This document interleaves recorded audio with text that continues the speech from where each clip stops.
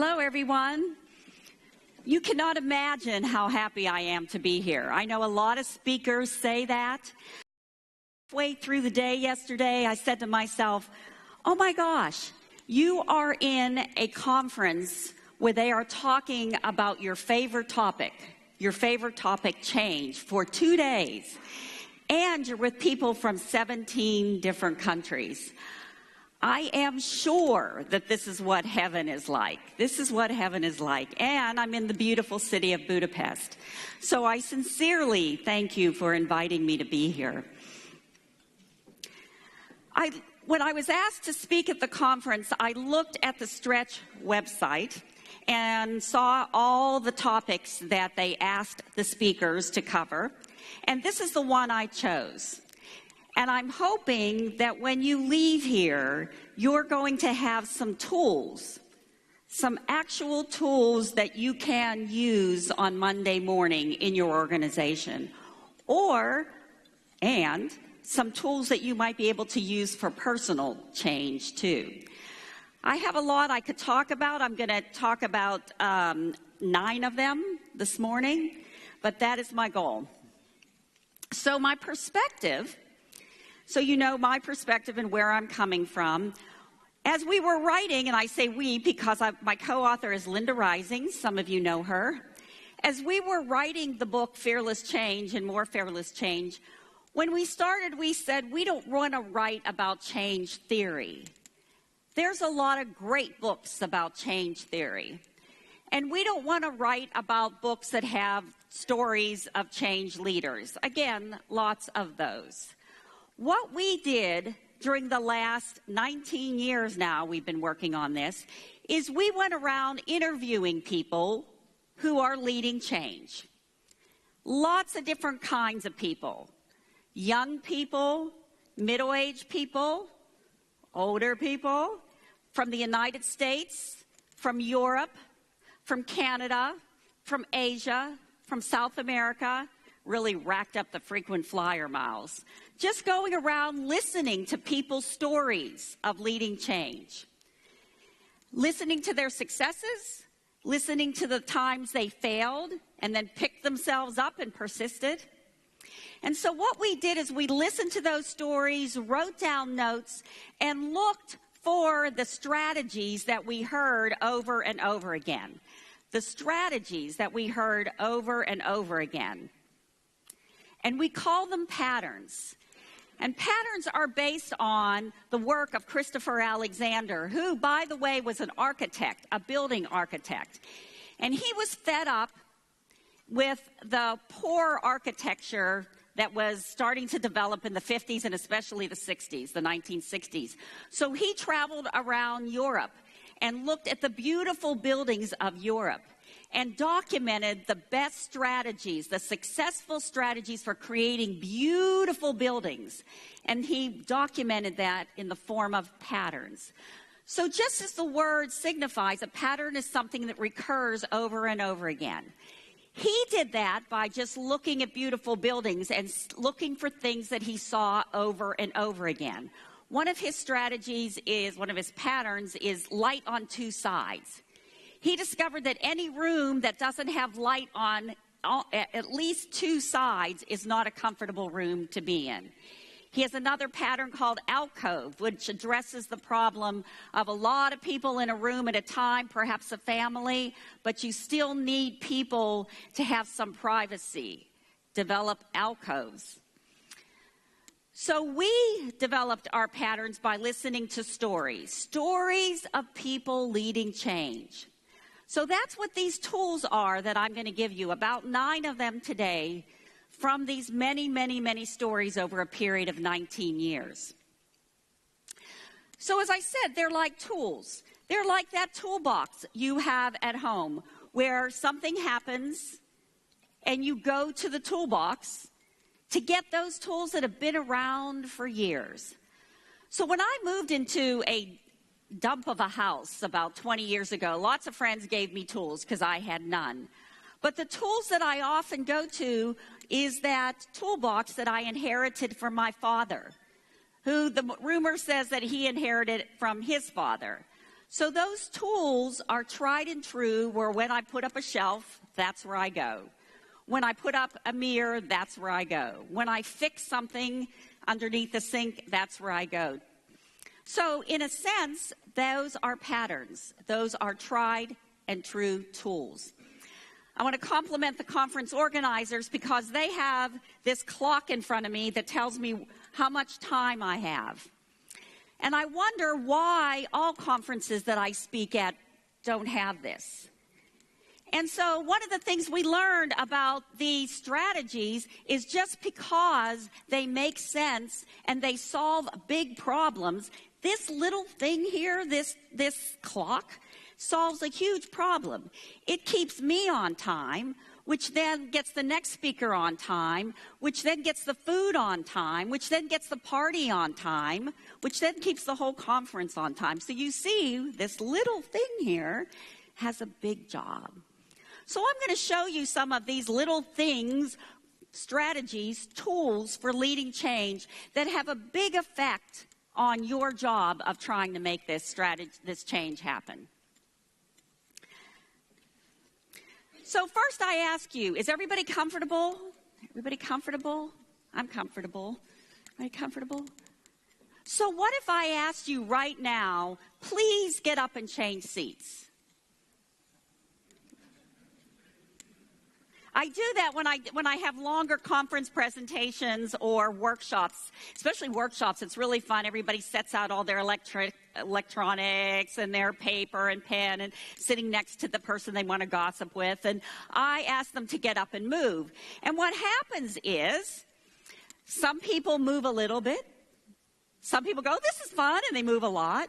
And then they complain later, gee, the perspective is not the same. I'm not looking at the same thing I looked at before.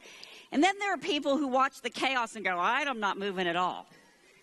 And then there are people who later move. They feel guilty. Oh, she asked us to do it, so I will, later they move. And that's such a little thing, just asking people to move their chairs. So I'm going to ask you to think about the last time somebody asked you to change, or the organization had something going on that required you to change. So think about that. Might have been in your personal life, professional life.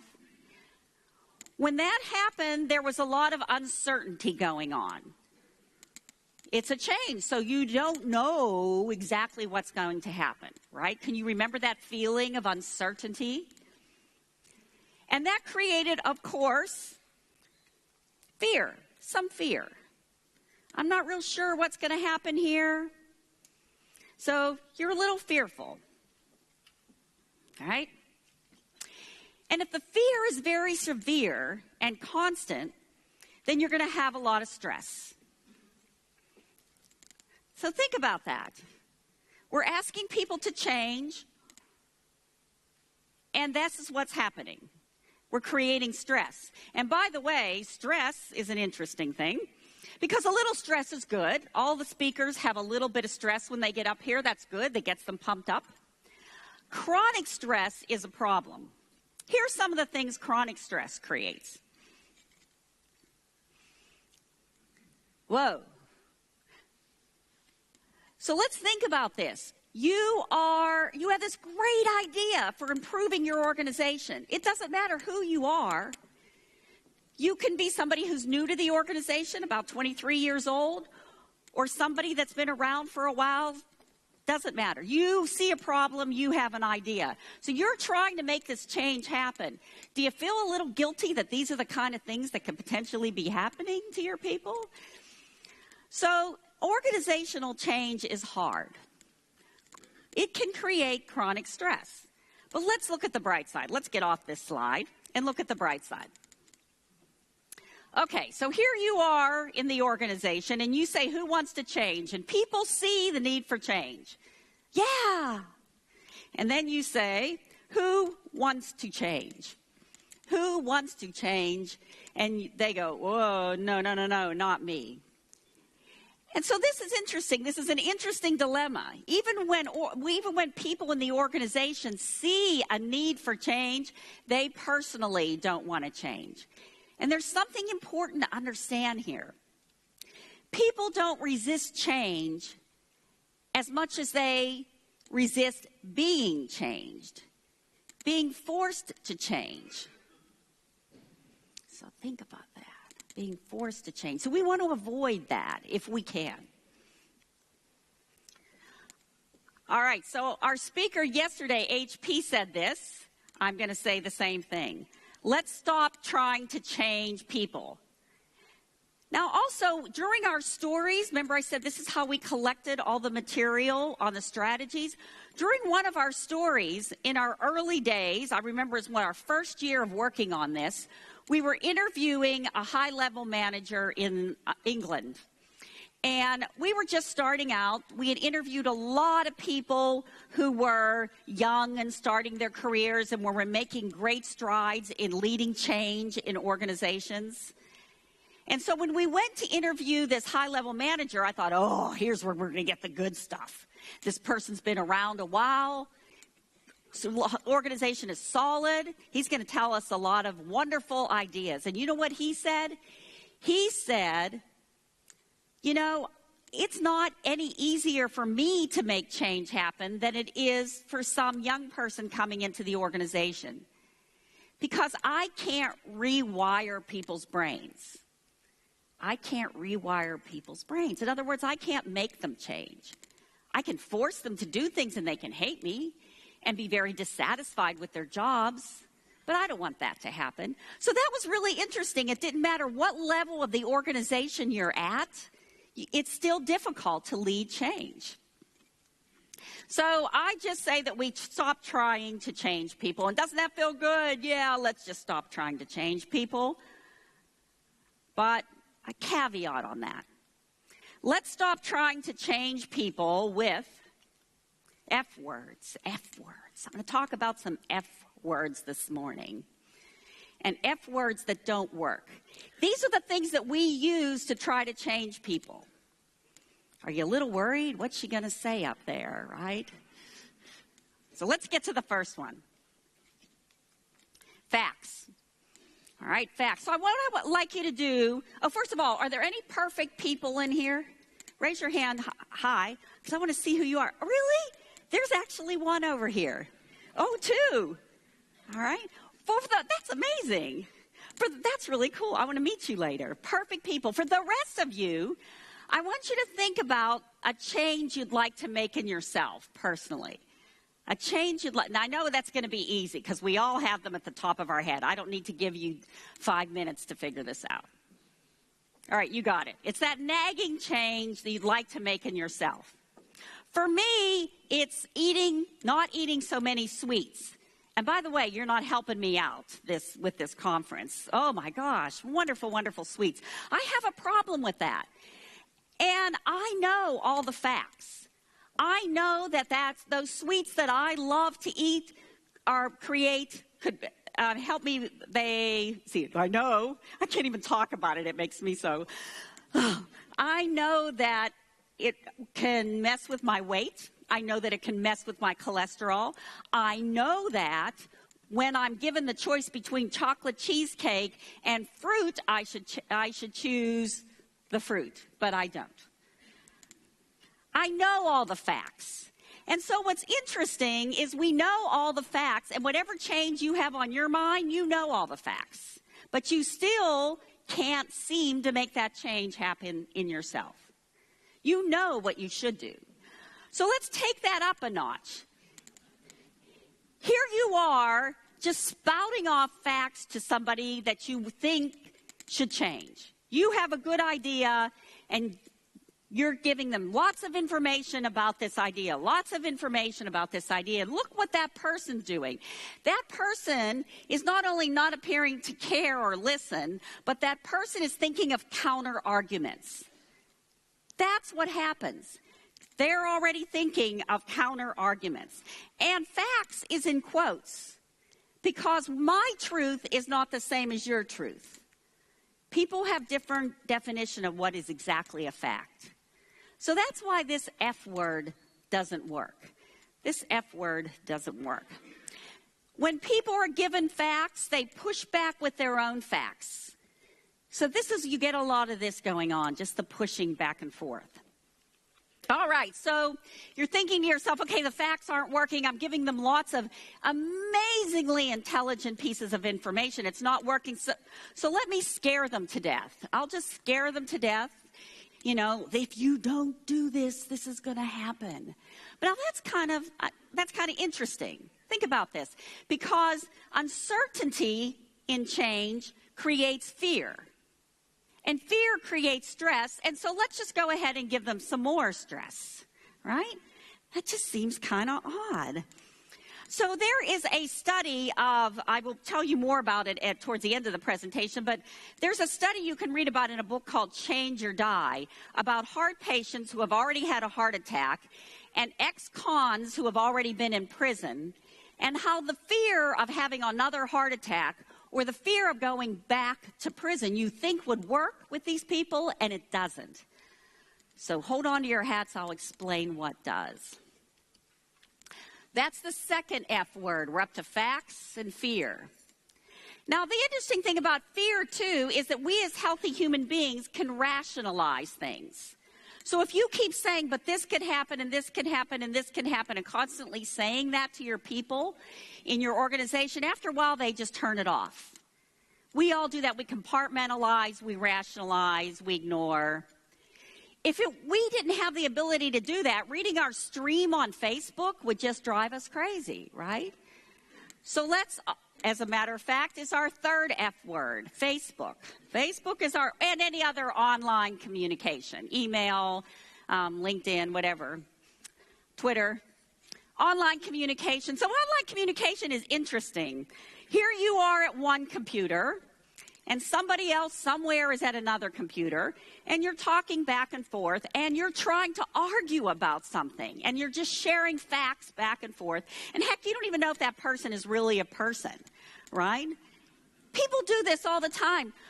Most recently, I saw two of my neighbors. One lives here, one lives there. I could spit to both houses. And they were arguing about gun control issues. And I eventually, I did it. I got sucked into it. And I said, would you just grab a beer and sit on each other's porches?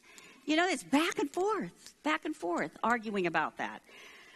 But, and so we do this in the workplace, too. We use too much email.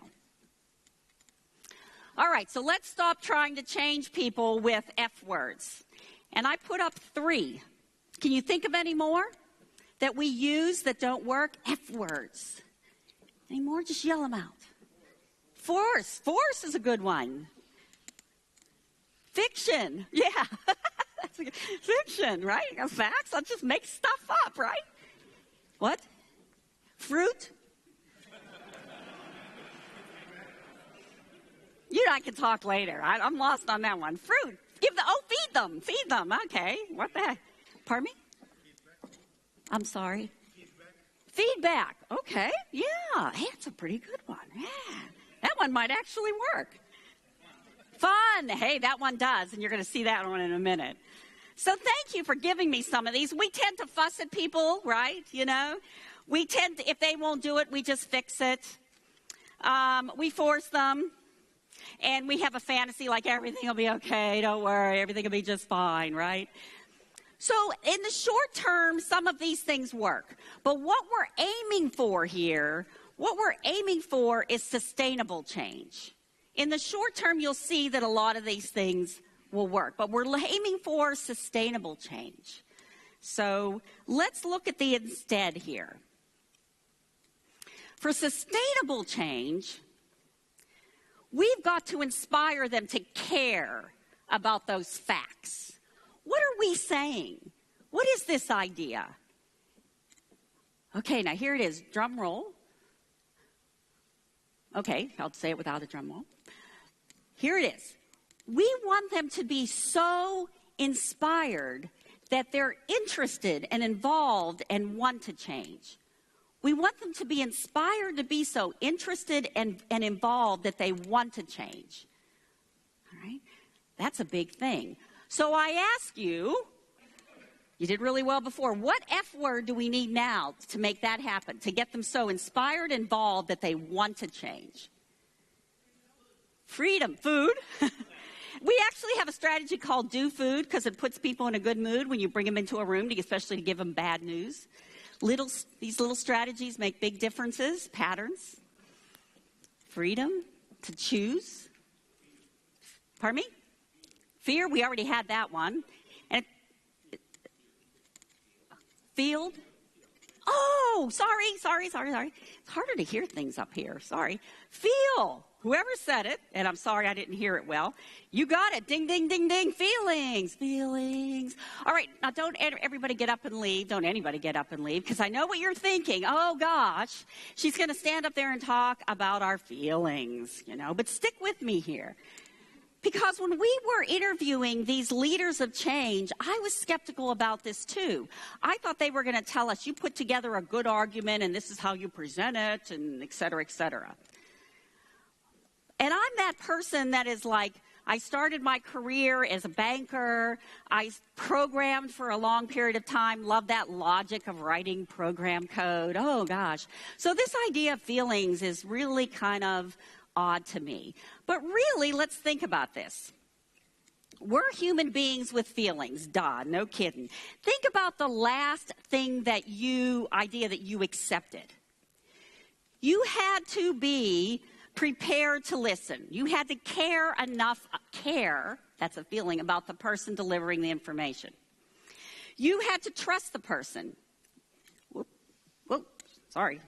I jumped ahead, sorry. Hit the wrong button. You had to trust the person. You had to believe there was value. You had to believe you could do it. These are all feelings. And then you had to be inspired, not just to accept it, but to act on it. Those are all feelings. Okay, who's this? You all know who this is? Mr. Spock? Leonard Nimoy, yeah, that's right. And, Mr. Spock. Who is that? The blank screen. Mr. Spock. I'm not used to this equipment. This is really nice, by the way. So, Mr. Spock. Mr. Spock was in Star Trek. He was a Vulcan, but he was half human. But most of the time, he had no emotions, because Vulcans have no emotions. So he would say things like, insults are effective only when emotion is present. He would also say, I have not enjoyed working with humans. I find their illogical emotions a constant irritant, as you would when you're leading change. That's what creates the constant irritants. Now, I know in my country, we are totally logical human beings. Had to slip that in. All right, so our decision making, when you are faced with an idea that you don't like or you do like, you have different emotions when you are faced with that idea. When somebody gives you an idea, when somebody suggests you do something, there's a variety of emotions involved. That's right at the front before even the strategies and the facts and all the information. Right there is an emotional reaction right away. So why, as leaders of change, still use lots of logical arguments? Well, because that's what we're taught. In school, we're taught to debate. We're taught to write logical papers with well-defined arguments. We're taught to speak well. We're not taught this. We're not taught that people have feelings, and that when we want to be a leader of change, and heaven knows we need a lot of those, if we want to be a leader of change, we have to consider people's feelings. So I'm going to give you some strategies to help you with this.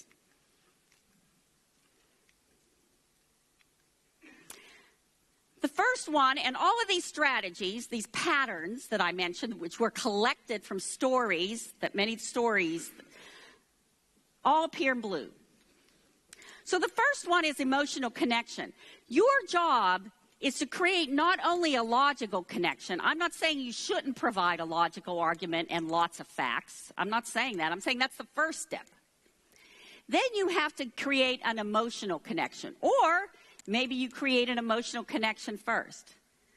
You have to do both. Let's talk about how you can do that. One of the ways is with this strategy we call personal touch. And we've named all our strategies, all our patterns. It makes it easy for people to talk about them when you have a team leading change. So we probably all agree that this is not a great picture right there, two people arguing and trying to convince each other. And you would also probably agree that, the big picture's a lot nicer. You can see a lot happening there without even seeing their faces. I get where she's going with this. But let's think about it from a strategic level. From a strategic level, this gives you a chance to really get to know the people that you are trying to convince, to persuade. One of my favorite interviews was with a person who said, I'm getting ready to ask these people to do something very difficult. I better know them. Recently, I had somebody use this strategy on me in my organization where they're going to have a big software change. And so the IT department identified 11 people who use the older software a lot. Now, the whole organization uses it, but these 11 people, and I was one of them. And they called me and said, they didn't email me, they called me and said, can we get on your calendar? I thought, well, that's odd. And one person from IT came over and sat down with me and said, look, we're going to have a big software change here. We want you to know because we know that you use this other software. And I thought, I suddenly felt extremely respected instead of being angry or scared or fearful. And then they started doing this with me, peeling the onion. So I started thinking about it. I go, well, and they went, now tell me why you're worried. And I said, well, because this is going to be a lot of work. Well, tell me why you think it's going to be a lot of work. Well, it's because my job is this, and now you're going to do this, and now this is going to change. Well, tell me more about your job. So they're like sitting there and just peeling the onion with me. And not only are they getting information to help them through the transition period, but they're also helping me so that I'm not later ambushing the effort. You know, I'm feeling respected. Personal touch. Hometown story. We're good at giving lots of data, and that's important, lots of data. But what if you could put that data into a story? It's very interesting. There's lots of books written on this. How to create a story out of your data. Stories are memorable. Stories can be repeated. So rather than giving 6.84392 that no one can repeat, you actually tell a story around your data. I'm going to give you an example of that. There's a organization called Habitat for Humanity in the United States where they build houses for people. They have a nice budget all the time. And what's interesting is their advertising, if you go to their website, it has lots of stories of people that they helped. The data is not what causes people to feel anything. Sorry, I did it again. The data is not what causes people to feel anything. It's not the data. It's the stories. So what kind of story can you make about this idea that you have and the possibilities behind it that people will remember and people will be able to repeat?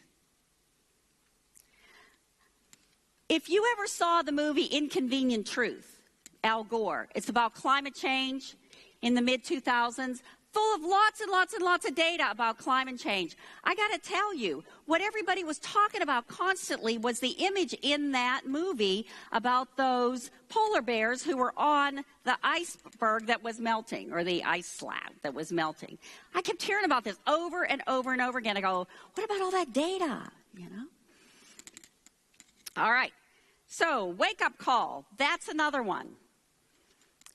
Often when we are talking about an idea, we talk about the idea.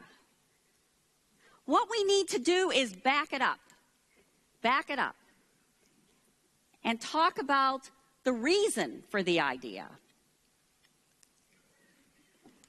Give people oh my gosh, we need to do something. I was in a meeting where I saw this happen during all our stories when we were gathering the data, where somebody was trying to present an idea to a group of people, and they were asking questions, and they were beating her up, and it was getting pretty ugly. And all of a sudden, somebody said, hey, wait a minute. Janet has an idea here. We may not like that idea, but I'm telling you, we got a problem. And here's the problem. Now, we don't know if Janet's idea will work, but we have to do something. So a wake-up call can start with why. Why do we need to do this? Why do we need to do it? Give people a wake-up call. Have them feel the problem. Here's one of my favorite. Imagine that.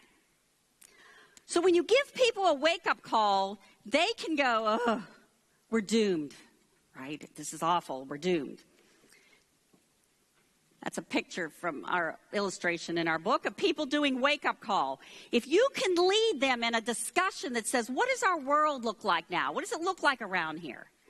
With specific questions that lead them into talking about the problems, having them feel the problems. Yeah, we have that going on and this going on, and oh my gosh. And then taking it the next step and say, well, what would it look like if we made this change, if we did it? Have them feel it. Have them discuss it. Help them feel the possibilities. The imagine that strategy. The imagine that pattern. Again, all these strategies came not from me, not from Linda, but from people, from the many stories we heard over and over again from people who were successfully leading change. When you are talking to them, when you are doing the imagine that on the previous slide, there are people sitting there thinking about, yeah, fine, great idea, but this is what I'm going to lose. By definition, change involves gain and loss. By definition, change involves gain and loss. The trouble is, when we're talking about an idea, we're only talking about usually what people are gaining. Hey, this is a great idea. They're thinking about what they're going to lose. Loss aversion theory says people will hang on to something that's not good because they're more worried about losing that than gaining the possibility of gaining. So acknowledge what people will lose. Their reality, their identity. Sometimes you can't do anything about it. All you can do is acknowledge it. Shoulder to cry on. Now, there are people that cry a lot. Those are the skeptics, and we know they're out there. You would think that when we asked the question, when we were doing the stories and asking people to tell us their stories of leading change, people would say, oh, skeptics, we run away from them, or skeptics, we try to convince them. And we usually try to convince them and can't. So the fear less pattern says, recognize skeptics fear you, you fear them, and just invite them onto your team. If they're a skeptic that is willing to complain to make things better, there are skeptics that are willing to complain. We want to, probably avoid them. But skeptics that are willing to complain in order to make things better, they have a piece of the puzzle you don't. They know things you don't. They're thinking of things that you aren't. So invite them onto your team. Make them a part of your team. And that brings up the last one, group identity. You cannot do this alone. You cannot do this alone. We talked to many people who did not succeed in their efforts to lead change. And I can tell you that the primary reason was during their story of attempting to lead change, they kept using the word I. I did this and I did that. So develop a group identity, and part of that group identity are the skeptics. Bring them on to help you with the idea and the holes in your idea. So I don't want this to make it sound like this is a yellow brick road from the Wizard of Oz. This is easy. People are very, very complicated. These are just a few strategies for working with the people. Because remember, you don't change organizations, right? It's the people in the organization that you have to inspire to change. So this is very messy. This is very messy. Very messy act. So I gave you some ways to create emotional connection to these people. There's a lot more. These are just some. So I go back to the story of the ex-cons and the people who had a heart attack and how fear wasn't causing them to change their behavior. So what did is with the heart patients, their partners and their doctors said, look, when you are ready to change, we're here for you.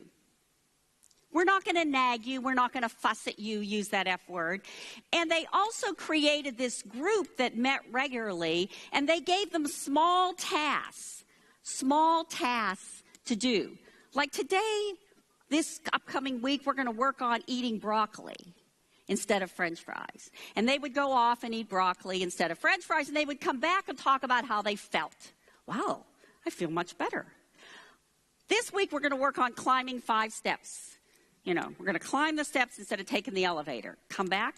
Wow, I feel much better.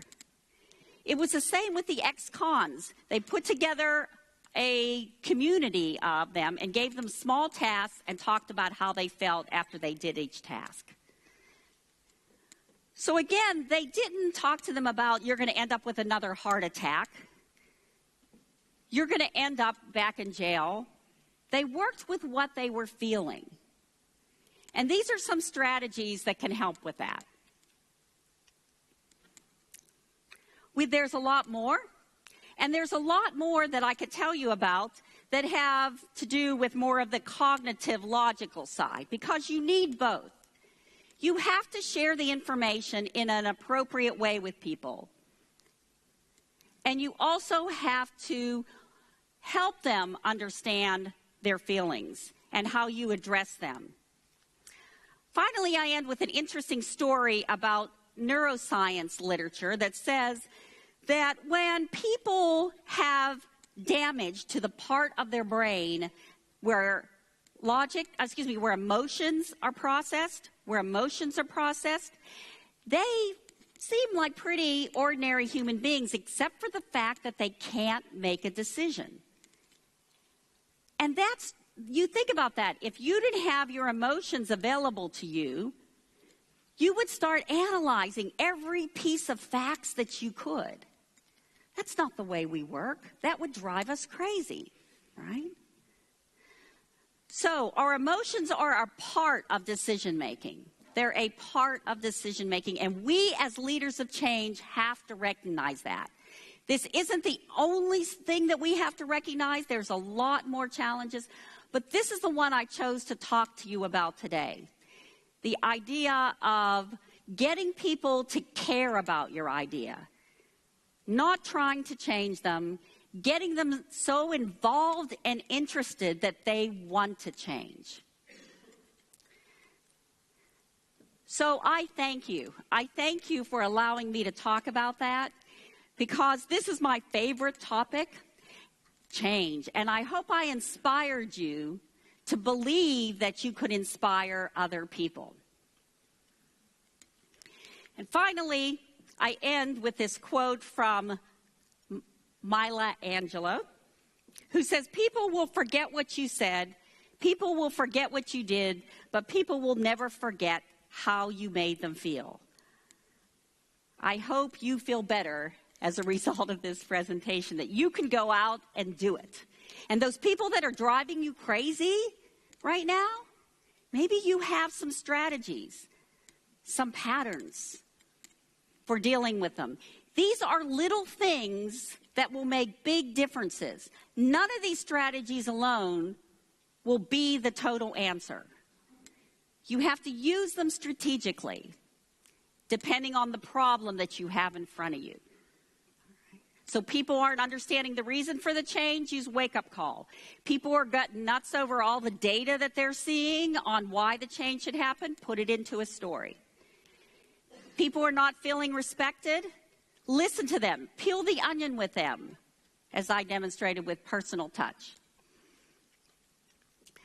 So that is my website, and that is my name and my email. And I welcome questions because I enjoy talking about change. So thank you very much.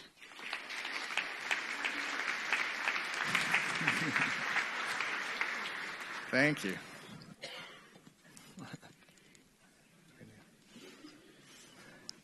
Oh, that's a good question. Yeah, we got a few of them here. So what's the difference between a wake-up call and using fear? Yeah, so a little bit of fear is good in the short term. Remember we talked about the F word, fear, and fear is good for short-term change, but it's not good for sustainable change. So you can use a little bit of it in the beginning to give people the idea that, oh, we need this change. But using it over and over and over and over again only causes people to just put it in a box and ignore you. So that's the big difference between a short term and the sustainable. Gotcha. Good.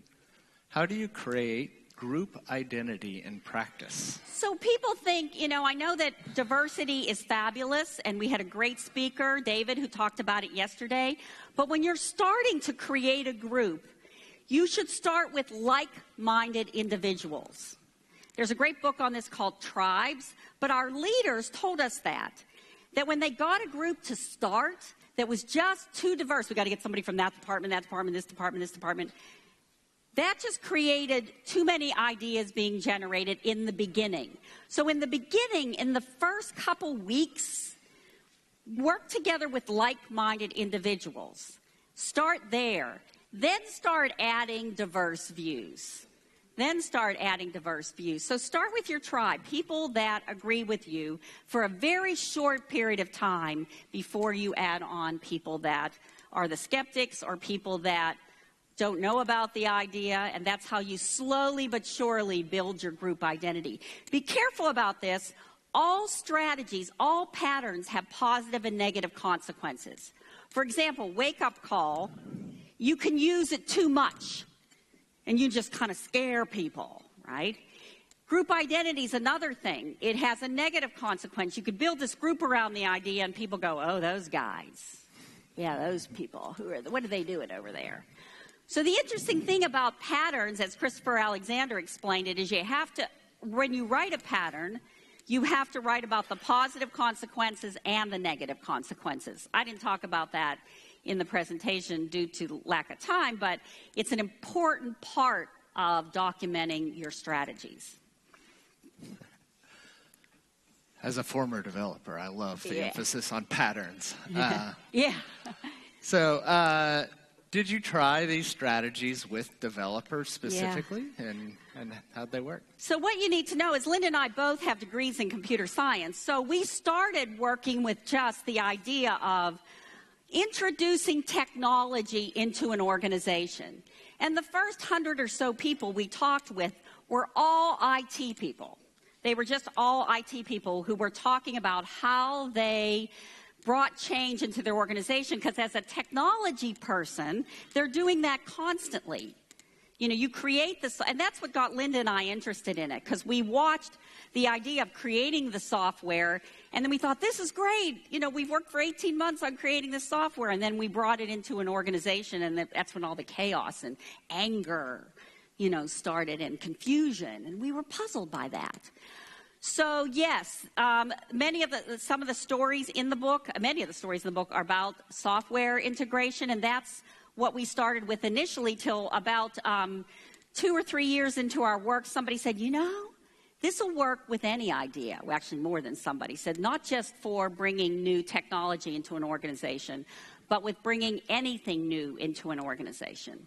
And so that's then the direction we went in about our 3rd year. But the first at least 2 years, we're working all with developers, and IT people in general, IT managers. Great. And we have time for one more. Oh. I felt better? Oh, no, I'm sorry. Tomasz feels better, I think. But I'm sorry somebody fell. What is the biggest change you went through professionally or personally? Oh, no, I'm not going to talk personally here, I don't think.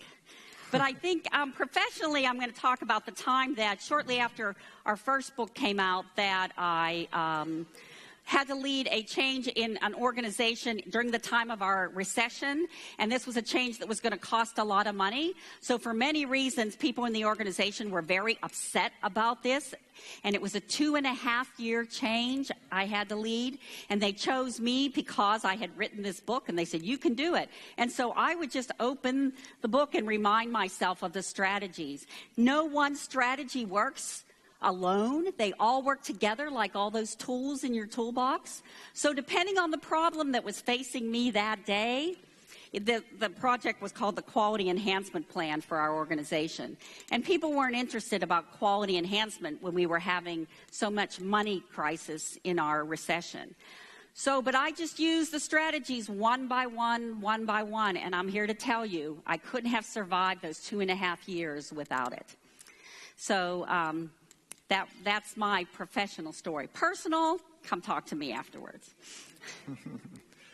All right. And with that, let's say thank you. Thank you again. All right.